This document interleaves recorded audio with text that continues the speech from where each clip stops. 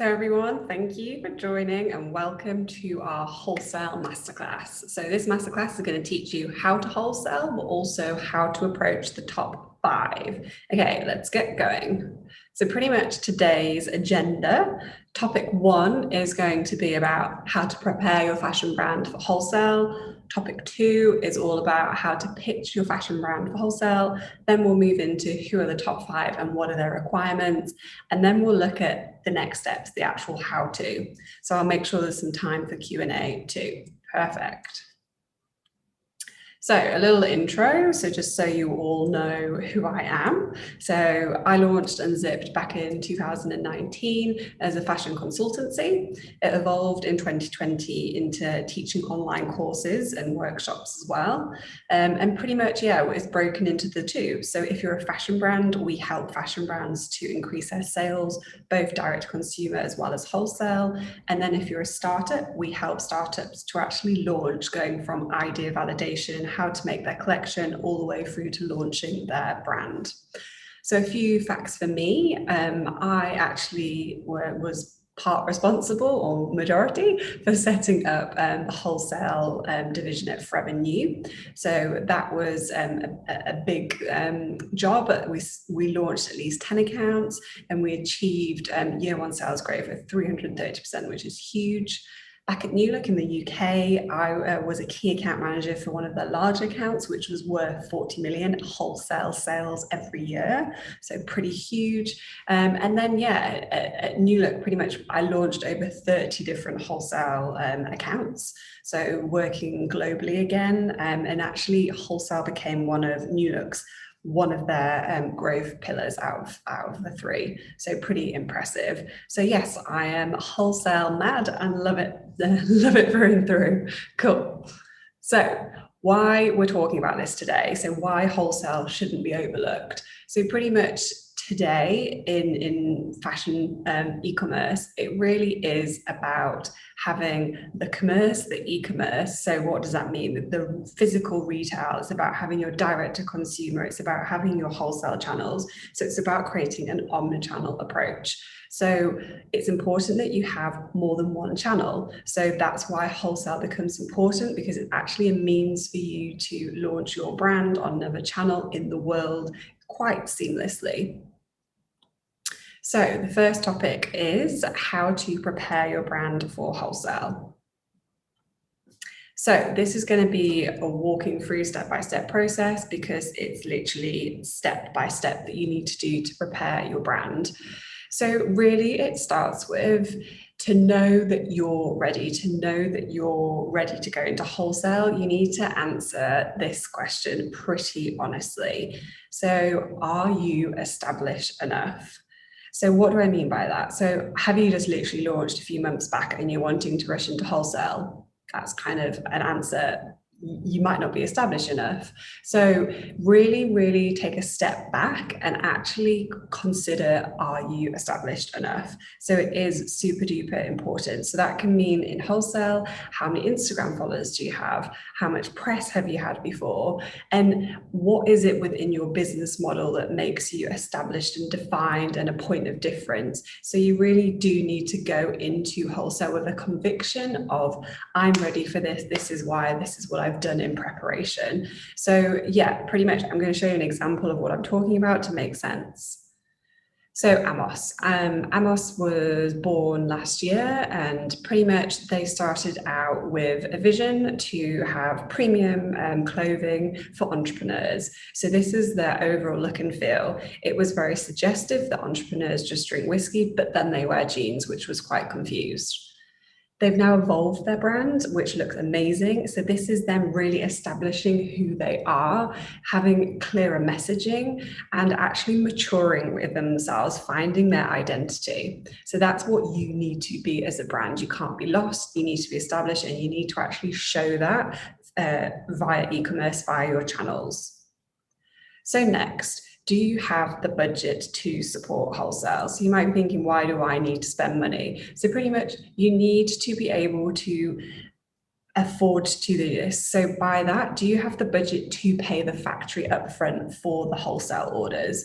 So wholesale, you get paid later. So once you deliver the goods, so therefore you have to upfront the order. Do you have the budget to do that? Also, can you actually afford to go into wholesale? Because you actually make as little or actually as good as 20% wholesale margins. That means that you actually, out of this whole deal, you don't take 80% of profits, you take 20. And that's, again, as I mentioned, not a bad deal. So can you afford to do that? Is that good enough for you? You have to consider this. And also going into wholesale, you're going to have to spend money on operation costs. So setting up the operation, i.e. Shipping into a new country. So do you need any things like an AYORI number to ship into Germany? So these are all things that you need to work out and check that you've got enough budget to be able to do this. And then also it goes into photography, etc. So sit down, work this out. Do you, again, are you ready? Do you have the money to do this? So next, once you've kind of answered the beginning bits, now you need to actually look at your collection, your product, and really, again, look at what makes you different. Why is ASOS going to buy your product versus another brand? So really look at who you are as in the physical goods that you're selling. What's your USP? What are you going to go into the pitch and say, buy me because of X, Y, Z? So really, really, it's important that you actually, again, have this answer. You know who you are, you know you have a strong point of difference. And unfortunately nowadays, to just be a sustainable brand, that's not a point of difference. You need to be doing something above and beyond what everybody else is doing. So let me give you some examples again. So Balani is a London-based jewelry brand. So they're doing fine jewelry, but they're not just doing fine jewelry. They're actually taking the concept, so from their heritage, of something that's so simple, the African broom. So we've all got brooms, brushes in our households. They're taking something as simple that a woman uses every day and actually turning it into something quite precious, quite unique, quite different. So that's how she's actually, coming into the fine jewelry market and having something that's got a different USP, and also it's sustainable. There's all sorts of other things, but this is more unique to them. Also looking at Casa Amuk, which is a brand here in Oz, and how are they being different? So they're actually being sustainable, but they're using an old historic process, Pima cotton. So they're actually using a farm that grows it, that picks it, that dyes it, that puts it into the actual products that they put on their shop floor. So again, that's quite a unique process. They're not necessarily just using recycled polyester, etc. They're actually using quite a historic, different process. So again, this is how your products can have a point of difference. You need to have this in wholesale and your own direct consumer business. So next, still sticking with the collection, have you got 25 options for 2 drops every season as a minimum? So I'm telling you this based on facts, based on things I've seen. If you don't have enough options, you'll be rejected because you're not established enough. It's that simple. So pretty much make sure your collection is, again, large enough, it has a USP, and that you've designed everything in that collection. No bought wholesale stock items. That will get you into trouble. So pretty much that's my tip. And again, a reason why they'll deselect by 30%. The more you give them, the more orders you're likely to get back. The next one is, are you sustainable in some way? So that is really important nowadays. So you need to make sure that something in your operation is sustainable. So it can be fabric, it can be circular, it can be charity work, etc. But something needs to be sustainable, so make it happen. And if you can't make 100% happen now, work out what you can do, and you can put that promise across to the wholesale partner and say, by 2022, I'm going to do this. By 2025, I'm going to do this. So make it happen. And then the next one, are you willing and able to design exclusives? So this is something that when you're approaching wholesale, is something to consider now. So you might go and show your collection and they might say, we're really looking for this. Are you able to go away and design this? So can you look at adapting what you're doing, and are you willing to do that? So a lot of brands I meet say, no, I am who I am, I'm not changing. That could get you rejected. So look at how flexible you can be and look at your scope within design to see if you're able to pretty much do this. So the next one, moving away from the collection, is actually logistically, how able are you to work in wholesale? So this is really, again, important that you do this prep work now ahead of approaching a platform, because if you approach them, rush into this, and they ask you these questions or say, well, when can you deliver it? You don't know the answers. That's not very professional. So pretty much within wholesale, you're either going to have FOB, where they collect it in your country of origin, or you're going to have landed. So they're the two options. So you need to work out which one you prefer, which one you can do. Can you land it into the UK? Can you land it into the US? And then you need to pretty much work everything back. So going into a pitch, if you show a collection in July, can you achieve a delivery in October? What is your critical path? What is your timelines? So really, again, you need to be prepared before going into pitching. The next one is quite a simple check. Can you accept global payments? So check in with your bank account, make sure everything's set up accurately there to receive them. Then the next one, take a step back. Have you built omnichannel? So omnichannel is wholesale, direct consumer, retail. Have you built this into your strategy? And I'm not just talking 1 year, I'm talking 3 years, because if you're going into wholesale, this is a commitment. You can't just back out after 1 year, because really you're just going to have wasted money. You need to be determined to make this happen. You could get rejected in the first season, so then you have to go away and come back. So really in your strategy, you need to work out what territory, what market's important to you, what channels are important to you, and really stick to everything that you need to achieve to make this happen. So this might be you doing it by yourself, or it might be key stakeholders. Together, collectively, you all need to be very clear with what you want to achieve from going into wholesale. So the final step in this preparation, are you ready to approach wholesale, is really ask yourself, how much do you want this? And this is, again, something that I have seen with working with brands, that you really, really have to be honest with yourself and say, I want this to happen. I'm going to put this money aside. I'm going to put this resource there. I'm going to put this time aside. I'm going to dedicate myself to making this happen. And I'm not saying you need to dedicate the whole of your life to this. You just actually need to be aware that you want to do this. Therefore, yeah, you're going to plan and prepare for it. So again, within this goes back to one point I mentioned earlier. How willing are you to evolve your brand? How willing are you to adapt into the world of wholesale? Because again, they're not just going to necessarily take you face value. So be open to feedback, be open to change, and yeah, really move forward now if you're ready and willing to do this. So that is getting you prepared. So there are questions that you need to go through. You need to honestly answer them. And if, say, you answer them and you're like, I'm not really ready, I don't have 25 options per drop per season, then hold. This timing now to go for wholesale right now isn't right for you. Hold. Prepare, take the time to get yourself ready, because I promise you, if you take your time to do those things, you're more than likely to connect with a wholesaler and actually get an order. You're more likely to be successful if you prepare now. So take your time and only really move forward when you're actually truly ready.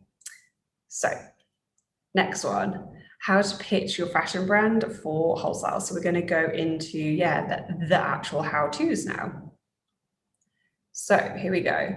So pretty much to be able to pitch your brand to wholesale, it starts in the very beginning. So what do you need to do, when, and why? So let's look at the timelines. The timeline is critical. So in today's masterclass, I'm focusing on talking to you about the Northern Hemisphere, because this is the opposite market to where most people are from that's listening to this.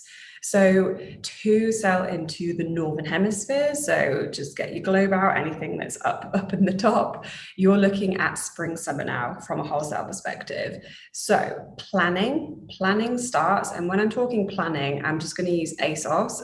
I'm going to use Zalando as an example. So right now, Zalando as a wholesale platform, they're planning the spring summer season. So in May and June, that's when they sit there and say, which brands have performed well this month?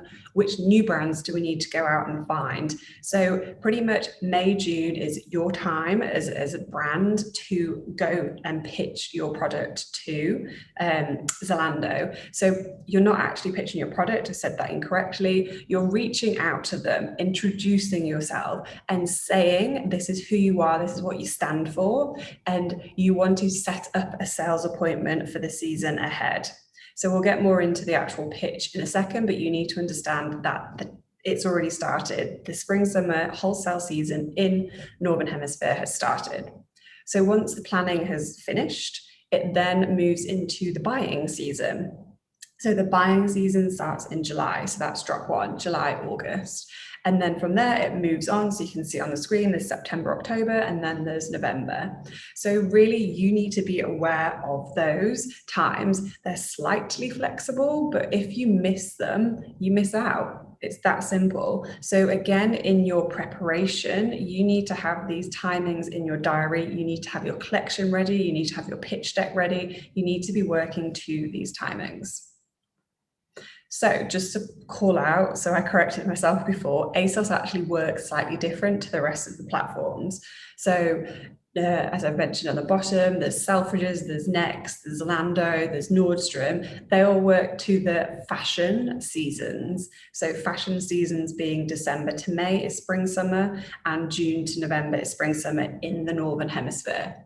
So ASOS actually works to the true weather seasons. So that's really important that you know that. So they don't start selling summer till March, as opposed to the rest that start in December. So that's a huge difference. So right now, what I just told you on the previous slide isn't correct for ASOS. They start a few months backwards. So for example, for ASOS, if you want to pitch to them, you would start in October this year. Okay, cool.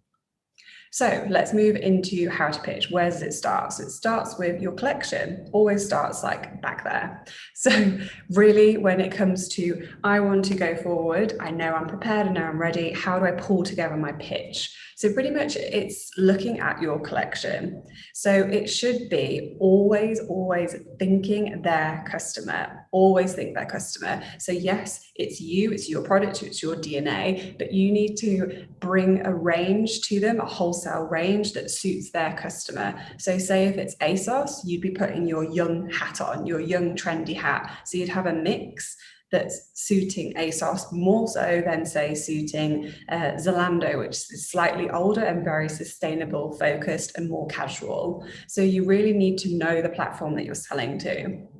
So when it comes to planning your collection, pull out things that were in your archive. It doesn't always have to be new. They've never met you before. They don't know who you are. So if you had a bestseller like 2 seasons ago, pull it out and put it in your wholesale range. So also look at what new stuff are you doing? Can you pull it forward? So pull this amazing collection together, thinking their customer, thinking dazzling, thinking the best you can possibly be. And yeah, really make sure you're questioning every style you're putting in there, thinking about their customer, not thinking about you. So again, minimum 25 options need to be in this collection. You need to consider your price point. That's really important. Again, think of who you're selling to. What's their price range? Are they a cheaper platform? Are they a luxurious platform? Make sure you've got the right mix. And all in all, this needs to happen to a timeline. So do what you can do in a realistic timeline to get this collection ready to sell to spring, summer, this July, August, if you're going to go for it right now. So yeah, so pretty much once you've answered these questions, this affects the design team, this affects your manufacturing team. You need to pull this together and you need to be responsible for getting this collection ready. So yeah, so pretty much I've mentioned this probably 5 times at least, but to pitch to any wholesale platform, you need to pull the magic out of the hat. So just think it's like a show. You need to make this happen. You need to think that customer, you need to invest in new designs. It can't just be mediocre, okay things. And you need to invest in getting actual samples. So you need to have samples to go into a photo shoot, to go into a lookbook. It's critical. So yeah, so pretty much my recommendation in your office, in your home, wherever you are, put together a rail. So keep the samples that you're getting and curate them into a wholesale rail. So visually, you can see it start coming together. You can put it into stories. You can see what's missing quite easily, but you'll no doubt be a visual person. So use that skill to your benefit. So step 2, so pretty much the next bit, you've got your collection, you've got your samples, you're feeling good. You need to now know that you have to sell your product via a photo. It's fact. So since COVID, we're all dealing with this virtual appointments. So with virtual, yeah, how are you communicating? You're communicating via a photo. So pretty much your lookbook is just paramount to your success. So you need to have professional images, you need to have a bit of lifestyle, a bit of studio. You need to really invest in the right model that actually represents your customer, because really models are suggestive to a consumer. If they see that the model's really young, then they might not buy a style. If they're say 40, they might think, oh no, that's too young for me. So the model choice that you make is very suggestive, so very important that you don't overlook that. Again, the professionalism of your photos, you don't want them to be blurry, you don't want them to, just not look good. So invest in that. And again, if you can do some video, perfect. But pretty much remember you're pulling together a lookbook that's going to visually sell your range. So pretty much invest in it, don't rush it. Step 3. So next is you actually need to create a pitch deck, or I call it a brand book, whatever you want to call it. This is the part that's going to go forward in the pitch. So in the made you timing now. So what is it? What is a brand book? It is not a lookbook. That's to clarify. I just need to clarify that. So pretty much a lookbook is all visual. It's pretty much your collection. It's your rail in a book. A brand book is actually more than that. There's more words in there. A brand book is designed to tell your story, to actually introduce your brand to the actual platform, Zlando, for example. So you need to convey your message, you need to put it across, because really if you put all of this in an email or try and tell them immediately on a phone call when you first meet them, they're probably going to be like, whoa, whoa, whoa, whoa, calm down. If you put it in a book, it's there for them to visually flick through. It will no doubt be quite beautiful, like a magazine. It also means that this brand book, when they go to sign your brand off with their management, they can also hand this over to management and be like, this is the brand that I want to buy. You know, do you like them? Do you understand them? So it's all put together in one book. So let me tell you about what my expectations are with brands I work with for what a lookbook looks like. So pretty much your brand story. So who are you? Where did you come from? And within that, I'm not wanting to know, my name's Carly Johnson, I'm from Harrogate. I'm wanting to know, so did your brand evolve from a pain point? Was it a personal pain point and you saw a need in the market that then meant that your brand, your product now fulfills it? So what is the reason that you started? Any taglines, they're always fun because it gives them an insight to your personality, your values, so what you stand for. Sustainability. So again, this is where it can be, this is what we're doing, this is what we want to do.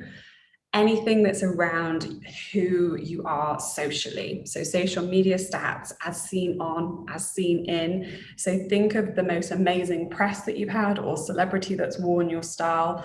Put this in your brand book, because again, you're wanting to wow these platforms. And testimonials, if you've got some amazing testimonials, super important.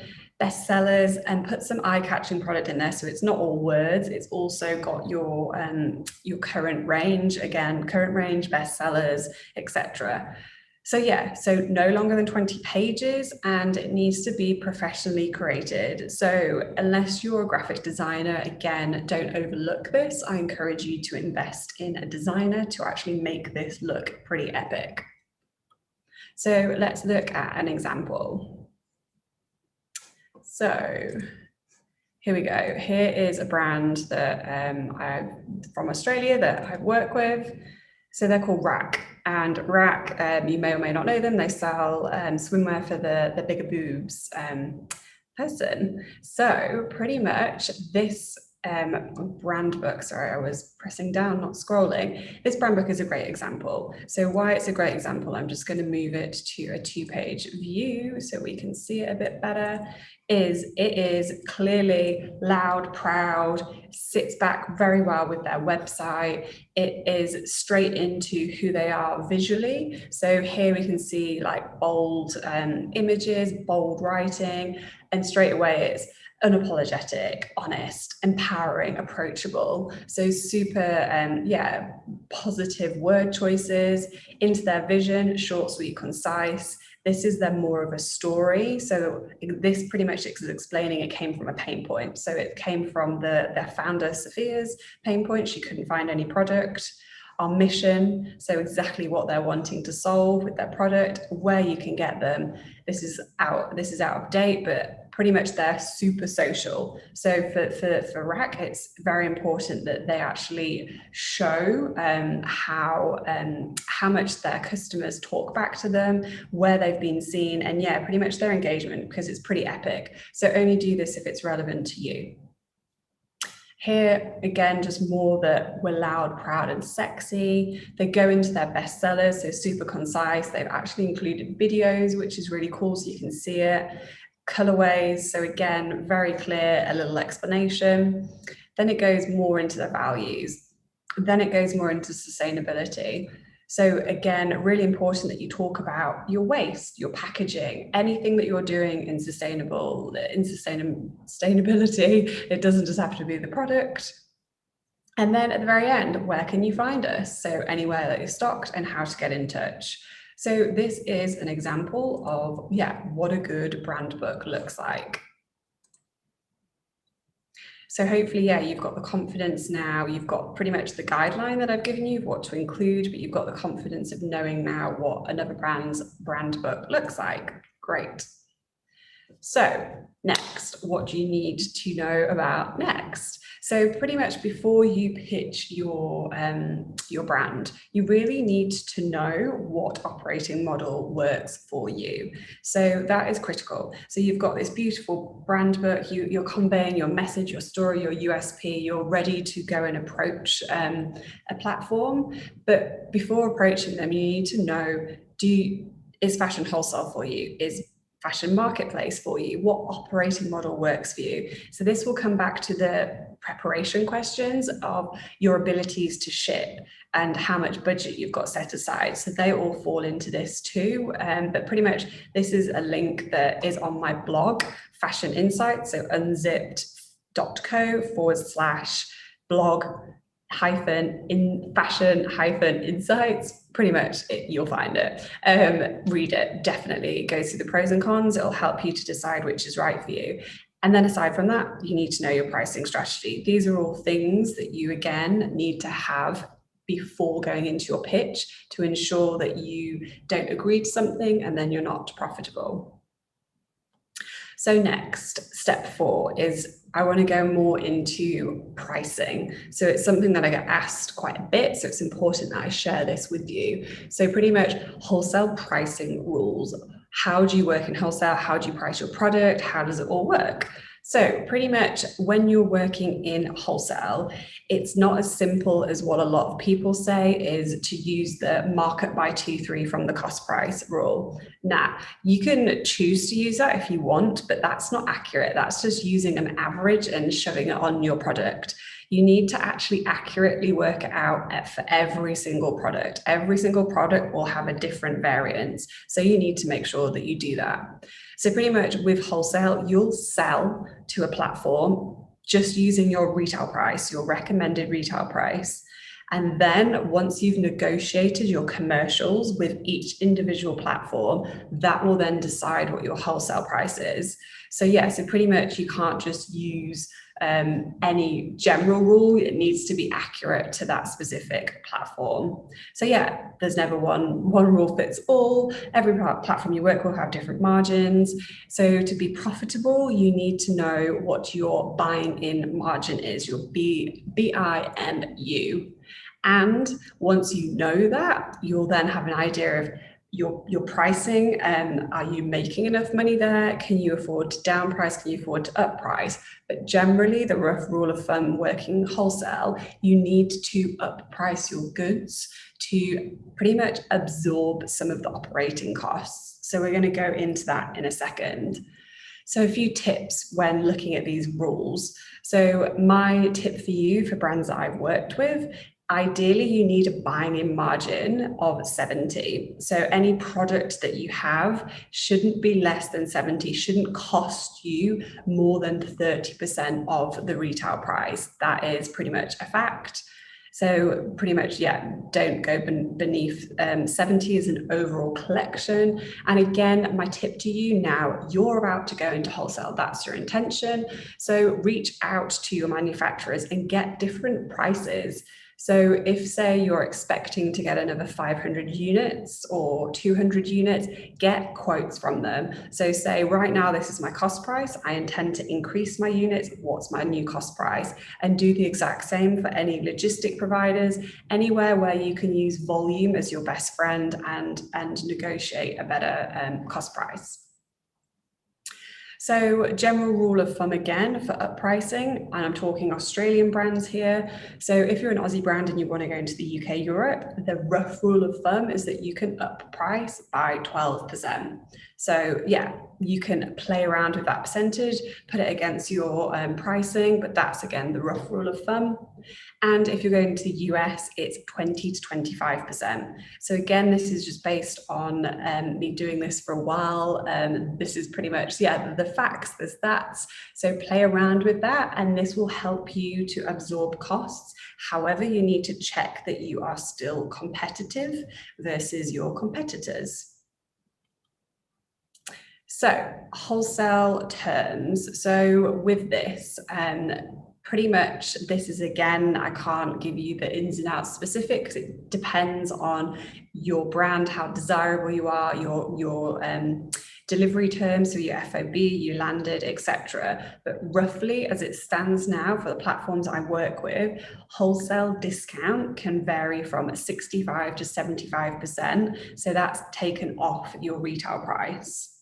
So just to talk through that, giving you more examples and kind of bring it all together. So again, if you have a product that achieves less than 70% buying in margin, so it's cost you 30% to make it, and you agree a wholesale deal that's 75% discount, therefore you make 25, your 30 that it cost you, take off the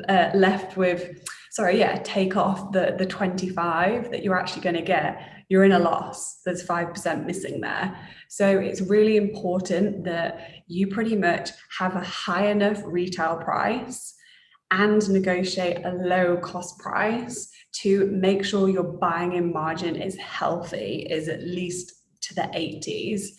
And then with your wholesale deal, you can pretty much flex around with giving them something in return to make sure your wholesale discount is beneath or close to the 70 mark. So yeah, that is something why pricing strategy when it comes to wholesale, a lot of brands think they've done it, but really you need to do it thinking wholesale. What's your wholesale pricing strategy? What's your wholesale margin? So you need to look at your current retail prices. You need to look at a competitive analysis of your competitors on these platforms in these markets you're selling to. Find out your entry and exit. Make sure that you're within the middle somewhere, you're not exceeding or beneath. Then add the up pricing again, so you'll know your range to sit in to be competitive. play around with your up pricing, calculate your buying in margin with your new, hopefully your new reduced cost prices, and then use my assumptions of the discounts. And then you'll actually look at, as I mentioned in the very beginning, what is your wholesale margin? Are you getting to 20? So you need to be aware of this. And don't forget that you might be thinking, oh my God, 20, that's not very much, but that's pure profit. So with wholesale, it's not like marketplace. You're not going to have markdown costs at the end of the season. You're not going to have stock left over. You're selling that and you're making a straight 20% profit. So yeah, pricing, making sure you make enough money is fundamental before you go into a pitch. Because again, if you rush into a pitch, your pricing could be wrong. They'll get all excited and be like, here's an order, let's place it. Wow, this is super good. You'll ship the product. You won't have taken into effect any of the costs of the operation, the duties, etc. So your prices wouldn't have been inflated to absorb these. You're going to make a loss. It's potential risk that you will make a loss. So pretty much do the work now before going into a pitch, before going into any commercial deals, and make sure you know that you're going to make enough money. So hopefully that's drummed that one home. Yeah, now you know what you need to do to pitch. So it's all about the collection and making this beautiful brand book that's ready to pitch. It's all about knowing what you want to achieve. So what's your commercial deal? What's your pricing strategy? So getting all of your eggs in one basket before you actually reach out. So yeah, pretty much, I think that's what I've just mentioned, is you need to know the commercial terms. And yeah, you really need to, again, know who you are before going into a pitch. So yeah, get all of these things together. It would be a really good exercise for you to do, and then you will be ready to move forward. So let's now move into the top 5 platforms. So pretty much this is, me telling you as a fashion consultant, a wholesale consultant rather, of the requirements of these platforms as it stands today. So pretty much if you want to work with ASOS, you need to, and this is why it's important to know now, they target the 20-somethings, as they say. They always say that. But pretty much what they mean is the beneath 25 age range. So if you want to work with ASOS, you need to think young. You need to put your young audience cap on. You need to curate a range that is young and fun. So again, your pitch deck can be, ASOS facing if you curate it in that way. You need to have a point of difference. ASOS is trend setting. It's quite fast fashion, and they're not just going to take you if you're doing t-shirts that don't have anything on them, for example. It needs to have a point of difference. You do, so this is something that I hear often and it can fluctuate, but you need to have a big Instagram following. So 50K is what I've written. Sometimes I've heard them go up to expectations of 100, but pretty much they want you to be socially present. They want you to have a following. They don't want you to be a startup. It's pretty much it. So yeah, with their recent acquisition of Topshop, they're very much focusing on what does their loyal customer want. They're really feeding who they stand for as ASOS, going back to their roots, back to their DNA. So really, again, think that when you're putting a pitch together for ASOS. To note, they are a fairly cheap platform, as in price point wise. So their ASP, average selling price, was £22 last year, and the average basket size was 77. So really, when you're doing your pricing strategy, if your prices are really high, ASOS probably isn't for you.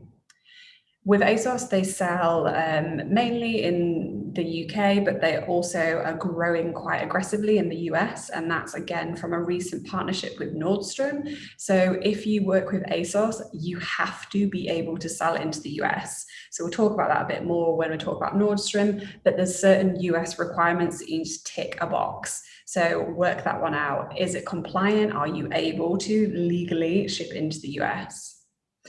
Both landed and FAB are available, so that's nothing to worry about. And one other thing for ASOS, if you're to work with them, you have to provide them with a production sample for every style that they buy. So that's an added cost for you to be aware of.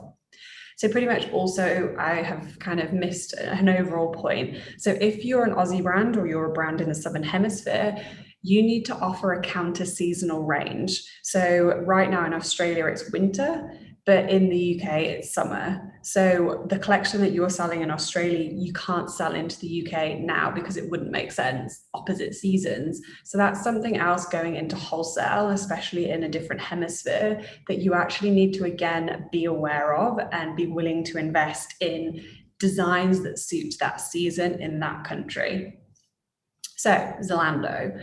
So to work with Zalando, you have to be sustainable. It is literally, they won't look at you if you're not sustainable. So pretty much for these guys, you need to have something in your business, but they actually have quite clear and strict criteria. So they will stipulate it has to be 50% of the fabric is organic cotton, for example. So if you want to know more about that, hit me up. I can share some details. Also for Zalando, you have to land the goods in Germany. So they don't do FOB, they don't collect from anywhere. They pretty much want everybody to land it into Germany, and they have multiple warehouses across Europe that they might expect for you to deliver it to, like Poland. So to land into Germany, you need an IORI number, look it up, register now, it's not hard, and then a VAT number, a German VAT number. Aside from this, you do need to be a big enough brand. So Zalando want to only really onboard brands that are big enough. So they don't want assortments with like 10 options in it. That's too much effort for them to onboard you. So they've got thousands of brands. So you need to, again, be big enough for them to pretty much invest their time and money in onboarding you. A few things that are specific with Zalando, they always want block orders. So block orders means, can we buy 500 from you, but only take 300 now? And then in the season, if it performs well, can we then hit you up and get the extra 200? So that's something that you need to look at. Can you afford to take that risk? Can you afford to house those 200 units somewhere? Do you leave them in the factory? Is that allowed? So pretty much look into this. Can you do it? It doesn't make or break, but it would help to make you. And can you offer repeat buys within 2 weeks? So they want a really quick turnaround on bestsellers. So something that you need to look in, again, operationally. And also for Zalando, they like to do a scaling discount. So a scaling discount being, if we buy 200K from you this season, you get this discount. If we buy more with you, you actually get a worse discount, but you get more money. So pretty much you have to look at that and work out actually which one's better for you, for them to spend more money, but you get a worse margin. So be prepared for those discussions. And yeah, for Zalando, you do need to still have a point of difference, but it's not as critical as ASOS, but still the sustainability and the story is very important to Zalando. And to note, both wholesale and marketplace options are available for Zalando. So you can pretty much choose which one works for you. Either way, you have to bring your goods into Germany. So for the Iconic is pretty much the #1 fashion platform in Australia. It's Aussie based, it's Aussie driven. All of their sales predominantly come from Australia. So pretty much you have to be able to ship to Australia, it goes without saying. You do need to have a point of difference. So their buzzword this season is, are you a game changer? So really what game changer means, they really want someone that is like breaking boundaries, that really has a voice, a point of difference. Again, that being sustainable isn't just, it's not enough. So what are you doing that is really breaking boundaries and is being a game changer? So again, within this, they want you to be established. They don't want startups.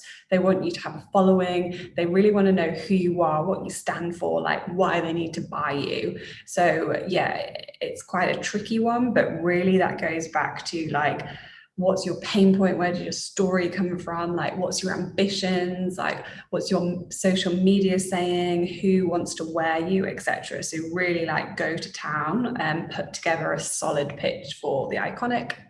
And really for the Iconic, marketplace is a model that they prefer.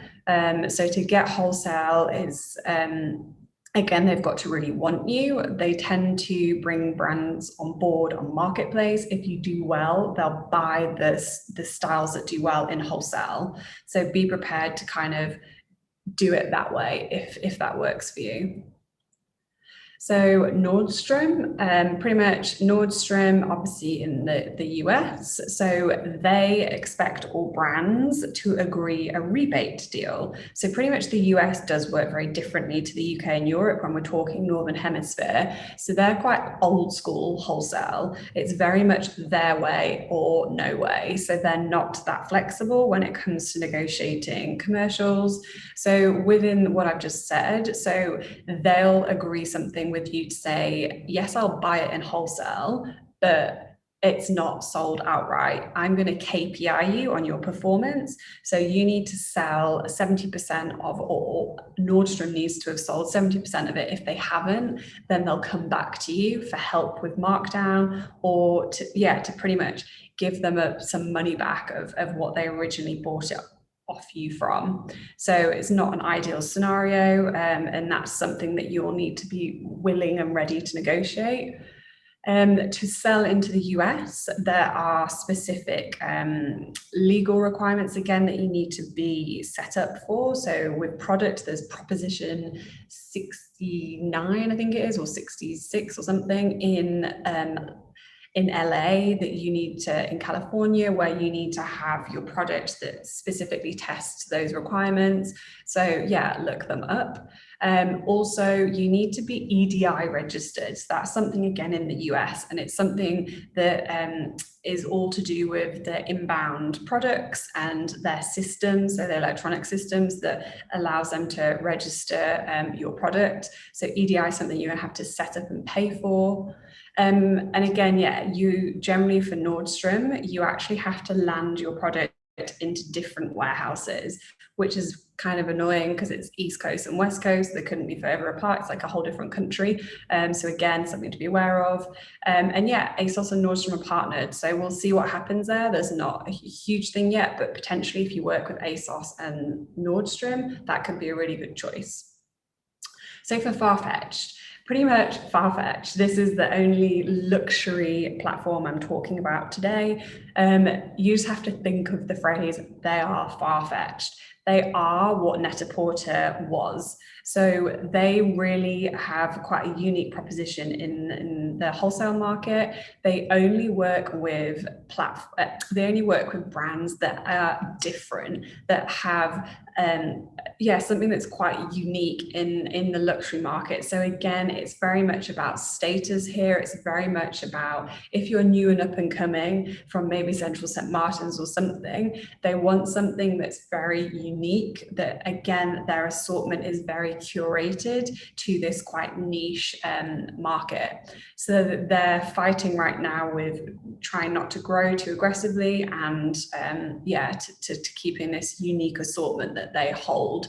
So pretty much to work with these guys, you really would need to be offering something quite different, quite special. There'd need to be a lot of work that you put into your pitch that goes potentially above and beyond everything that I have just talked about. So for these guys as well, their predominant customer is the US, but aside from that, it's Russia. So that's quite interesting for you to know that the Russian market is there, which makes sense, that there's glamour, there's money, etc. In a proportion of Russia. So for all platforms, that was the 5. So for all platforms, pretty much they all require you to have GTINs, EANs, which is a barcode that you need to buy for your platform. It means it's a global barcode that you can use, whichever wholesale platform you're selling through your own, it identifies your product. You need to meet each individual platform's operational requirements. So pretty much everyone's got a handbook, you need to follow it, and everyone's going to be different, unfortunately. So there's no one way to pack for everyone. There's different ways. So again, that's just something for you to be aware of. If you work in marketplace model with any of these guys, there's different requirements again, like you might have to have photos that have white backgrounds or photos that have light gray backgrounds. All of these things you're going to have to be willing to do. and be willing to get paid in their currency. So you might talk Aussie dollar, they'll talk euro. You have to just be ready to talk their language. Okay, so that is all 5 platforms explained. Now we've pretty much gone through everything. We've gone through how to prepare, we've gone through how to pitch, you know about the top 5 platform requirements. So how are you feeling, pretty much, is the question. So are you feeling confident? Yes or no. So if you're feeling confident, I've just given you the timelines. It's Northern Hemisphere planning season. It's happening right now. So you need to get that pitch booked together. You need to work through everything that I've just given you today, and you need to go for it. If it's a no, don't worry, that's fine. Take the next 4 months. If Northern Hemisphere is important for you, prepare. So prepare, get ready for autumn, winter in the Northern Hemisphere, when that planning season would start in October this year. So that's then when you would need to be ready to pitch. So pretty much you're either going to be a yes or a no, but either way, I'd love to help you more. So if you are a yes, and you want help right now, you want help to turn this around pretty quickly, you can't do it all yourself, I just want to tell you about our global sales expansion service. So pretty much this is me helping you to get into wholesale accounts around the world. So this is pretty much our process to acquire appointments. So if you want help right now, you want to go for this spring, summer in the Northern Hemisphere, together we would immediately work out which platforms are right for you. So we'd look at which operating model, which platforms match back to your brand DNA, your goals as a business. So we'd do a quick strategic workshop to work all of that out. Then once we know that's ready, I work with you to create the pitch deck. So together we make that happen. So everything that I've talked through, we put together this beautiful pitch deck ready to go. Then it's over to me. So we've worked out who you want to approach. We know all of your strategy, your pricing strategy. We've got your pitch deck. We've done that. Then it's to me to go forward and tap into the contacts I have in the industry and to pretty much show your brand, to introduce your brand, to hopefully secure that buying appointment in July, August this year, of which in the background you'd be getting your collection ready. I would conduct a sales appointment showing your product and going through everything. I'd negotiate the commercials for you. And then, hopefully we just move forward in securing individual platforms. That would be our goal together. And pretty much we work on numerous platforms every single season, dependent on your goals, your ambitions, and your budget.